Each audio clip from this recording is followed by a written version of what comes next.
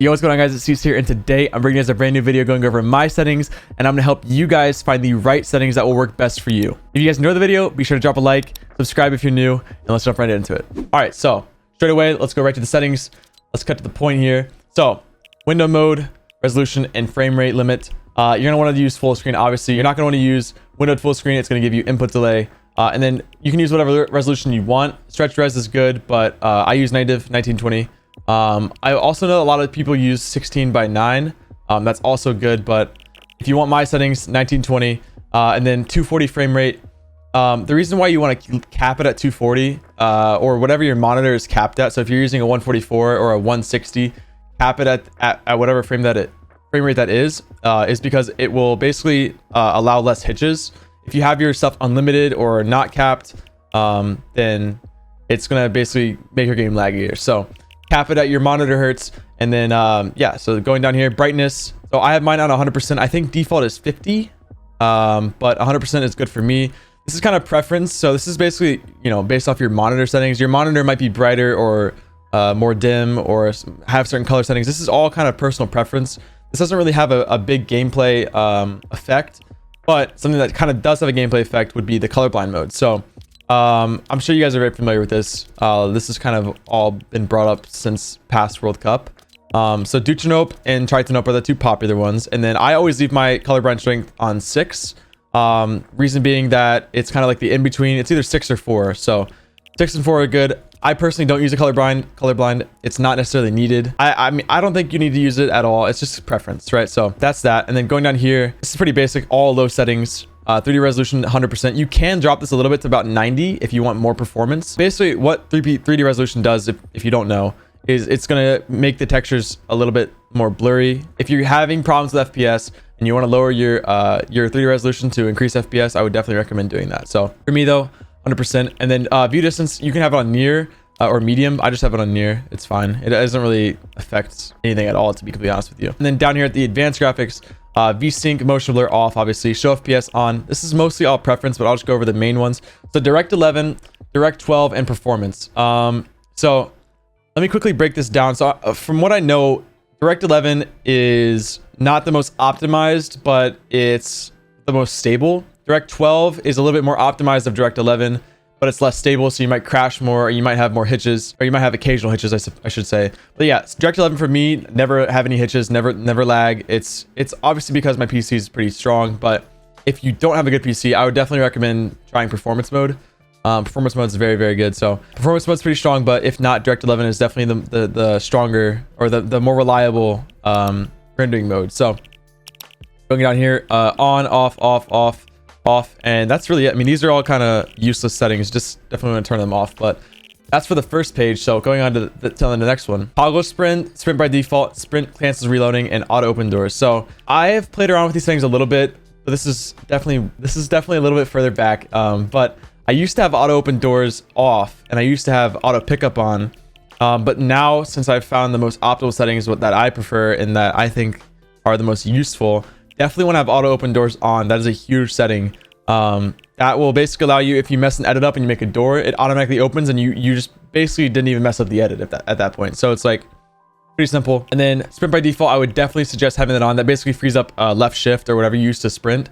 So it frees up an extra keybind, and it just makes the game a lot easier. It makes it so you don't have to worry about it, about sprinting. I'm sure a lot of you guys have that on by default, but definitely make sure that's on, and make sure auto open doors is on as well. Folder swap pickup. This is kind of preference, but I just have it off. Toggle targeting off. Like if you played like Rainbow Six, you might have this on, but I mean, it's pretty basic stuff, right? Off. And then auto pick weapons off. I would say this. So if you're a controller, I would say you should definitely have auto pick weapons on. But if you're not, and you're mouse and keyboard, you should have scroll wheel pickup. And I'll go over that in a second. But scroll wheel pickup basically is the same thing as auto pickup. You're gonna just scroll wheel up, and it's gonna pick everything up, and it's more accurate. So this definitely is good, but it's not as accurate. And then auto sort consumables to the right. That is super useful. It basically allows your inventory management to be a lot cleaner. Reset building edit choice off. So disable pre-edit. You obviously want that on, because pre-edits are annoying, and you guys know the whole gist of that. That's just a basic thing. I would say the one thing that you might want to not have this on for is in a trio game mode or in any tournaments. it is very free kills because no one expects their wall to be taken by a full-on box fight edit, like a full window edit or whatever. Like no one expects that, and that is a free kill. So if you're playing and you want your duo or one of your teammates to have that setting on because of that exact reason, your teammate will shoot the wall while one person holds, whoever has the disable pre-edit option on, and boom. It used to be useful for shockwaves, but now they're out of the game, so that's that. So we're built on, obviously, and then edit on release. So for me, edit on release is off. I know a lot of players, I think when it first came out, switched to it, and now they're switching back. And I've always just been on it. I think edit on release is good, but I think it is faster to have edit on release off, personally, because I think there's more mistakes that you can make with edit on release. So that's that. This is all nothing.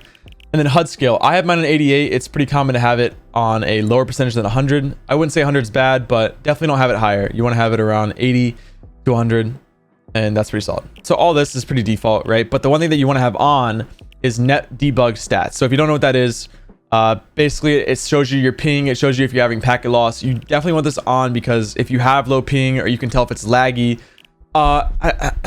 if you don't know, basically the ping will be lower if the servers are laggy. So if you're playing in a grand finals on West and you're an East player, your ping is going to show that you have 5 ping, but you really don't have 5 ping. You know that. So it's like you can tell if the servers are getting laggy by the net debug stat. So it's kind of a cheat code in a sense. But it definitely, I mean, it just shows your ping. It's the basics. You definitely want to have net debug stats on. So that's it for the game UI. But here, this is where it gets interesting. So mouse and keyboard sensitivity.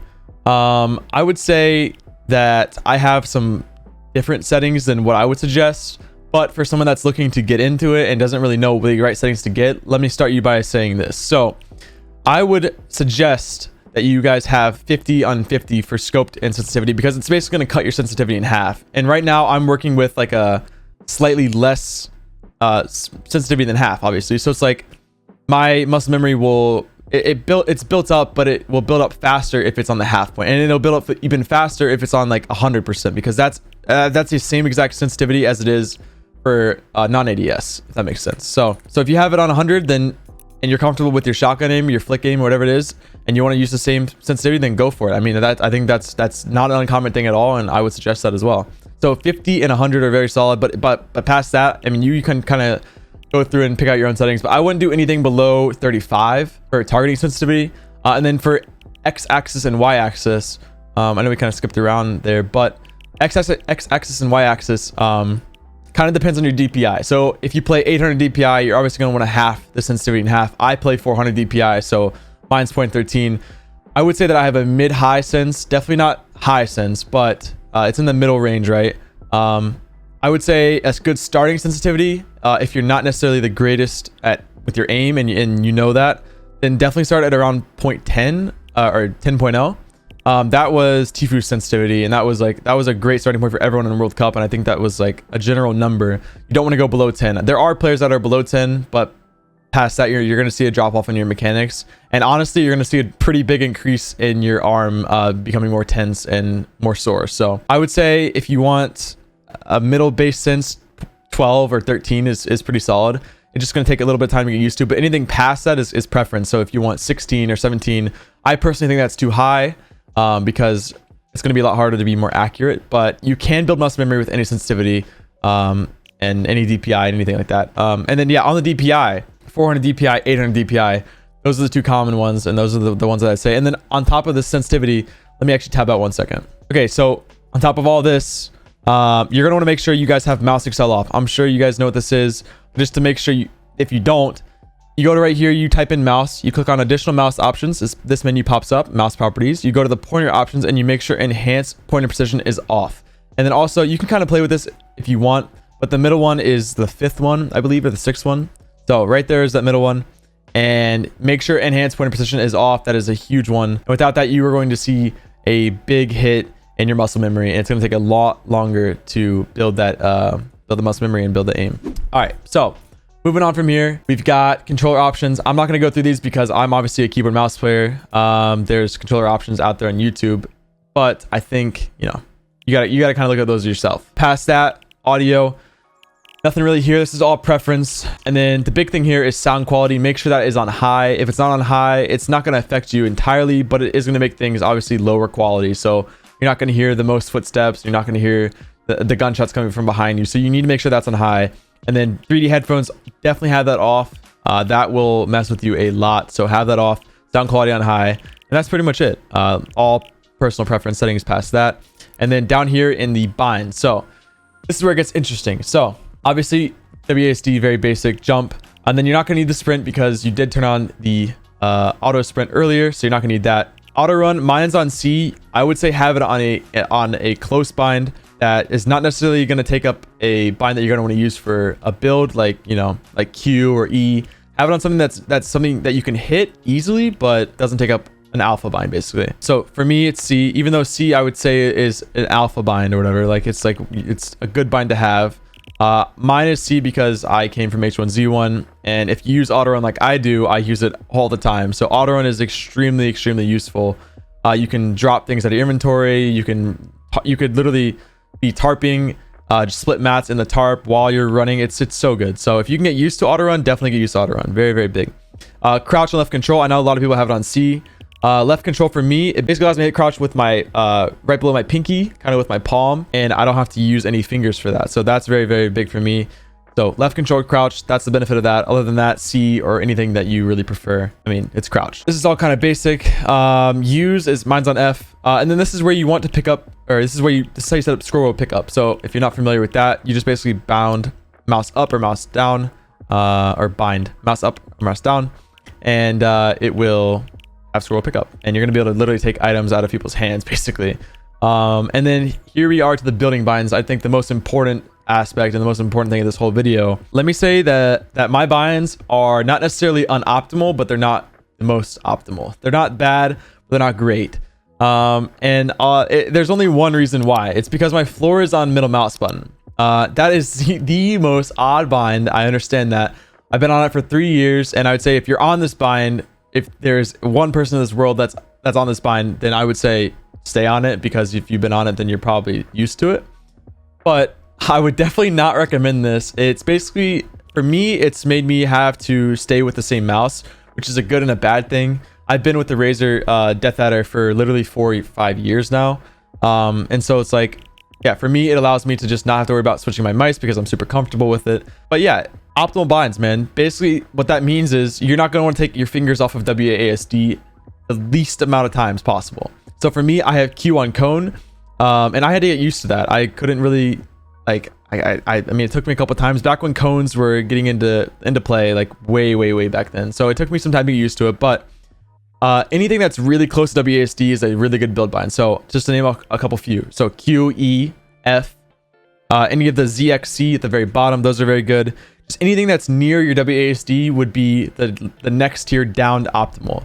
The most optimal, I would say, would be mouse binds, because then you don't have to take your fingers off WASD at all. So if you do have a mouse with a lot of binds, I would say go for it, because that would be the most optimal if you can get used to it. So for me, like I said, I have 3, but I would definitely say you need 2 out of the 3. So if you want floor and wall, then put floor and wall. If you want, you know, floor and stairs, put floor and stairs. And then one more thing I want to touch on with these 3 things right here is wall. So I know there's a lot of players, and I think Chap does it and Bizzle does it.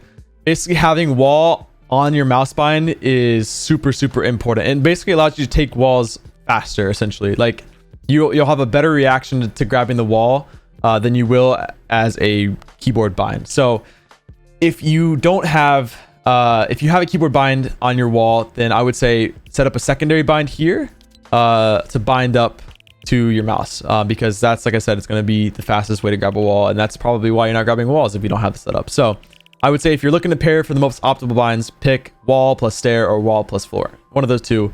And then past that, roof, trap, all kind of preference. Like I said, you want optimal binds, or the most optimal you can get, which is the closest to WASD. So EF, all those that I listed off earlier. So, and then place building, pretty basic. Z upgrade, I would say this is just like auto run. Keep it close, but not necessarily the most optimal. You don't need to upgrade your building or repair your building, your builds that much. So Z is good for me. Rotate building, that's default. And then this is scroll wheel reset. If you don't know what it is, you've been living under a rock.